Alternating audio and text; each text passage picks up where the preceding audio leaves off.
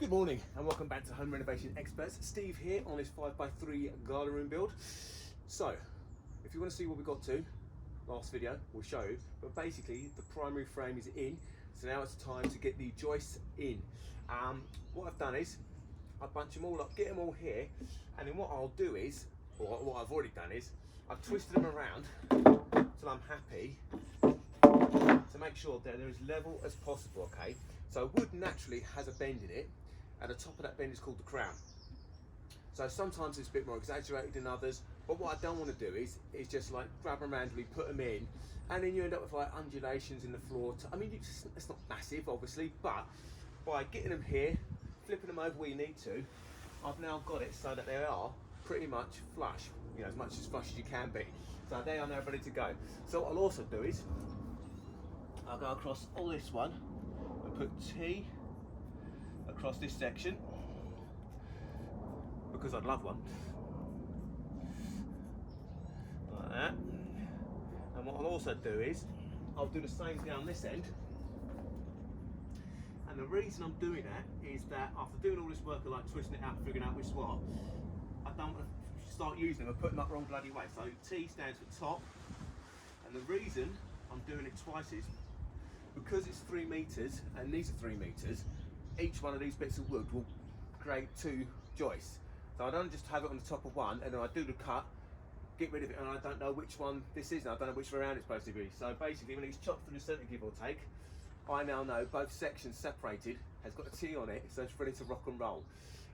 So they are now all marked up. I'm happy they're flush. So what I'll do is start measuring, start chucking them in. Oh yeah, happy start to the day.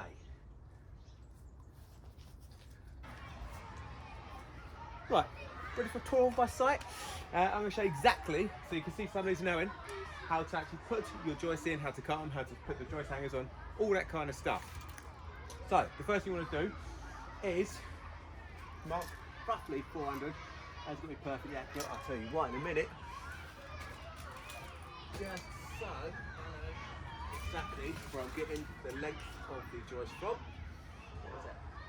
144. Okay. Over this way.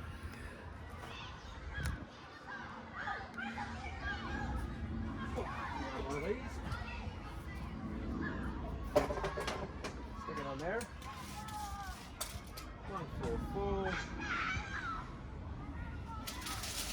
Double it.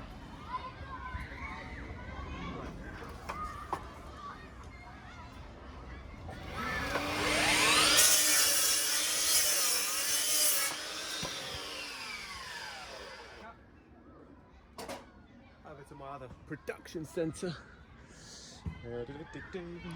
It's interesting filming. Right, let's actually, I'll bring it over this way. Let's see slightly better what it is I'm doing. There you go. Right. So, that's what's trimmed to the right length. What we're doing then is look for the T that I did earlier, not on that side. There it is there. I know that's the top, see? Makes sense now, doesn't it? I've got my little platform set up, so I've got my joist hangers here, twist nails ready to rock and roll, hammer. So I've got a little system here. So what I'll do is grab a joist hanger, put it over here like that. Stick that in like so. Oop. And sometimes you will find a knot. Persevere, get over them. So easy to do this over here, and it's a nice height as well, which is always nice. Nice to have the work to you, saves your back. There's enough of back breaking over that part. Why not? And obviously the closer I have this to here, when I'm hitting it, it's much more stable, so you know, you get more impact with your butt.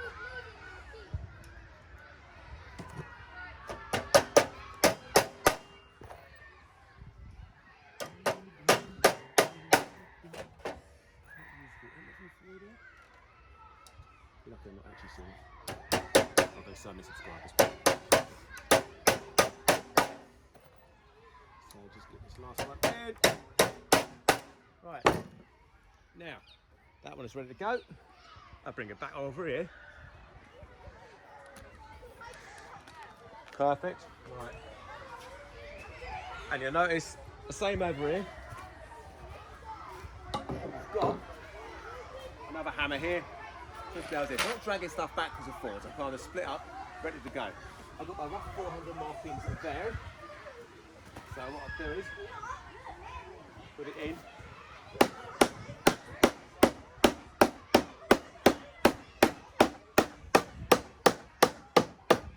Roughly where I need it. And what I've done is, between the original first ones, I've measured the distance to that. So what I do is, I use this little template, like so, make a distance. Now, two reasons for this, well, a couple, three, it makes it easier. Second, every single bay is exactly the same as the last one, so I'm cutting my PIR, it's going to be the same size every time. The other thing as well is, where this is fitting flush against this one, and it's fitting flush against this one, it stops the joist going in like that, or like that, which again just makes life a bit more difficult when you're trying to get your PIR to sit in straight. I now know that that is basically going to be straight level, because it's direct contact with that one, it's in direct contact with that one, job is a good one. So what I'm going to do, make sure it's level across there, grab your twist nails, that few inches of art.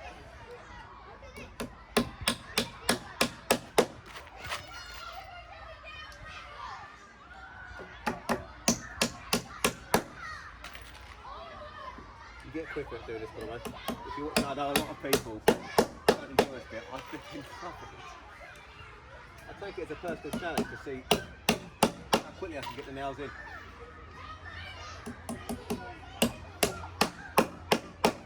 And you noticed before, I did actually measure this bay, because, you know, at the end of the day, these do sort of, they're not always perfectly even. You want to make sure you cut each one so that it definitely fits. You don't want to bulk cut this lot and then go to put it in and go, oh bloody hell, it's like 2 centimetres out one end and the other, which it should be 2 centimetres, but you get the idea. Yeah, you want it to be sort of intricately cut. So get my flush in there. Beautiful. Level with everything. Let's not raise up or sit. Leave that one in there. I'll get these in.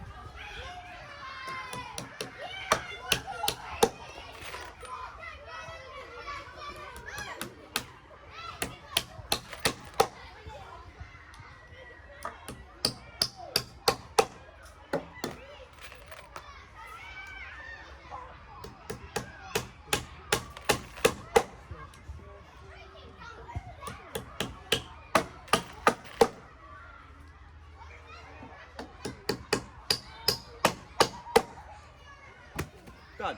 Doesn't take long to do. Sort of 5 minutes per one, give or take. And just crash through. But that is in there. That's a 4x2 C16 strength. Connected to those joints. We're knitting the whole building, the whole base together now. Beautiful. So now you know how to cut and fit your joists. Simples. Haha. Right. Success. Look at that. Joisted up goodness. So absolutely lovely. All of these are now perfectly level at both ends. The spacing in between is absolutely 100% correct, obviously except for the end one, which is obviously going to be offset. But apart from that, happy days. So the next thing now will be to, let me show you. Come this way. Oi. So I've got this lovely piece of batten. So these are 4.8, I doth believe. Knock over another stuff as I do it. So basically, there'll be one that goes there, one in the front, one just over there, and the same again the other side. Obviously, it's going underneath, so it'll go pinned under here with a 5mm spacer to bring it off, because actually these are regularised size-wise. So where it should be 100mm, it's actually 95. Obviously, my insulation is 100, so when it's in here, I don't need it to be sat above the joist. So what I'll do is, these will slide underneath, they'll get fixed, pad this out by 5mm. That means when my insulation goes in and sits across here, it's bloody perfect. And I don't want it to go any further than that, because I want the insulation pretty much flush. So when I run my tape across it, all these joists, it goes straight across the surface as opposed to sort of dipping in. It's not a big deal, but yeah, I like it the way I like it, so that's it. So yeah, so I'll go get those fit, get the 5mm spacers cut. Just going to trim a few of the off shots of wood. Done, happy days. So I'll get that done next. If it doesn't pedal down, because it's got that very distinctive feeling, it could rain. The fun bit. I say the fun bit because not everyone enjoys this part, but it's a bloody crucial part of the build, and that is your PIR installation. So what we do, we put 100mm in the floors, 100mm in the ceiling. I don't have a ceiling yet, so I think I'm going to start with the floor. So this is how I do it. Again, loads of people do it different ways. This is just my current situation. This is how I do it at the moment. So you're going to take your measurement, whatever it may be for the bay, which in my case is 35 and 35.3. 3 markings, and that's because when you use the old straight edge, in this case a level, it doesn't go the whole way. So it's good to have like 3 marks and kind of make sure you're definitely hitting it where it needs to. Mark along there. Another little tip, when you mark with your pencil, depending how blunt it is or whatever, it doesn't matter. If you're twisting it like that as you're drawing, you'll get an even consistent line with it. I know, you're impressed. Right, just find that other mark which is there. Marky, done. Right. Now, what I do is, I do have a mask on for most of this, by the way, but I can't talk to you and have a mask. So a mask is very important. I'll do this cut without it, and then I'm lying in bed coughing tonight. It's your fault basically, but I won't hold it against you. Obviously, goggles. Now, I just got my little baby saw set to the maximum depth, which I think is about 55 millimeters. So what I'll do now is I'll just follow that line all the way through.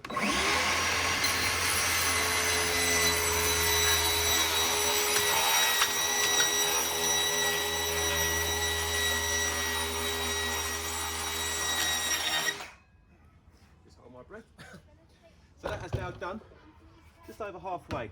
So I now know that that particular cut is perfectly straight because it's obviously balanced. It's not wibbly wobbly all over the place. So what I can now do is, thank you to whoever it was again who recommended this saw. So there you go. Get yourself one of these. It is designed for insulation, so it reduces the amount of mess and crap. So I like this. So what you want to do is though, we've already got the cut started. I'll show you this in. You want to cut level though, okay? So once you kind of get started, you want to keep it going at that angle. The reason being, you want the blade to follow the cut. If you kind of do that at that angle all the way through, it can just bend and twist it. And when you put an insulation in, if it's got like a bulge or a weird cut to the edges, it can make it a bugger to get into the bays.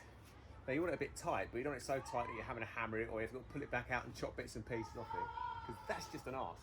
So, like I say, I'm right-handed, so I'm going to start this in. Follow that line.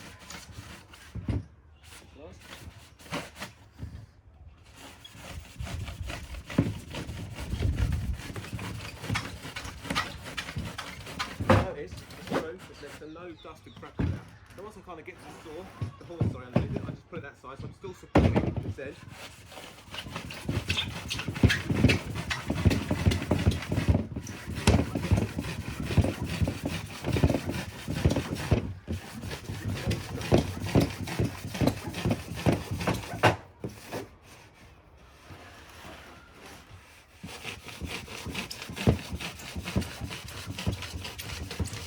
Kind of get to this end, put it over the horse, clear, still fully support, it's just not going to fall and break and crack itself.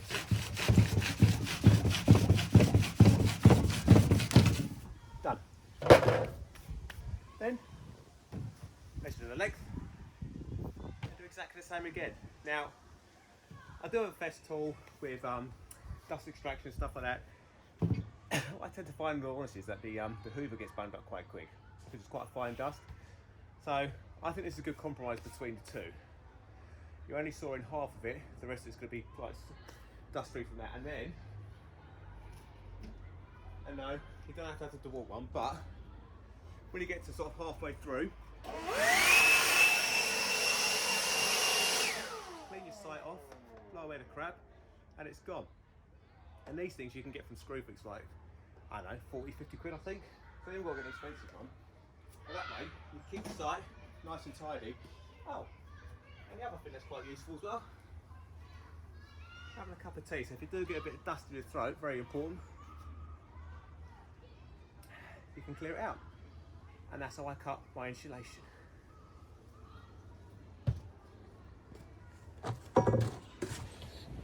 Pretty happy now. Right, there you go. All the insulation now put in the deck. That's been a bloody good day. Really happy with this.